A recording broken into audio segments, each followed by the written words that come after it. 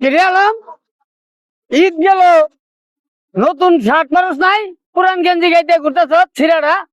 না, আঙ্গুর তো টিয়া নাই, আঙ্গুর তো আপা নাই, আঙ্গুর কেরা দিব কিনা।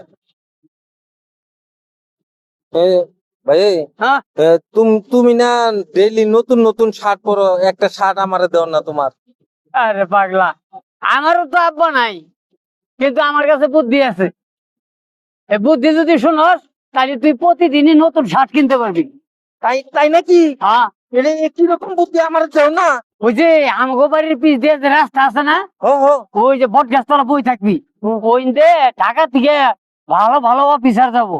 হ্যাঁ করে আব্বা কবি, পরে টেহা দিব, ওই টেহা দিয়ে তুই প্রতিদিন শার্ট কিনবি। ও হো, তাই? হ্যাঁ, তাহলে তুমি তাহলে আপা থেকে শার্ট কিনো? হ্যাঁ, আমার আব্বা নাই তো। এ না, আমার আগে কবা না, তাহলে আমার কুতুরি শার্ট প্যান্ট থাকতো নি।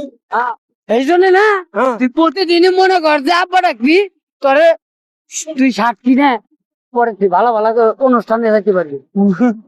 আচ্ছা, আজকে ঠিক আছে, তাহলে আমি ধনী হয়ে গেছি কেমন হয়? যা, আচ্ছা, ঠিক আছে না? এ কি বুদ্ধি রে। আব্বা, আব্বা, কেরা বেটা, আমি আমি হইছি নিঃসন্তান, আমার কোনো পোলাবান নাই, আপনি নিঃসন্তান কে? আমি আপনার বেটা।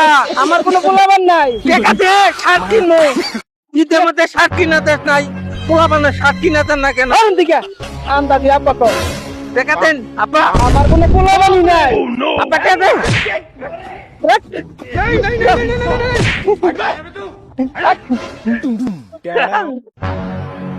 শালার কি যোগাইলো, পোলাপান জন্ম না দিয়াও পোলানে মার্কেটে টেয়া দেন নাকি আমার? পালে রাস্তা চলাই সমস্যা হয়ে গেছে কি আমার? রাস্তাটা চলনি জানাই না লিয়া।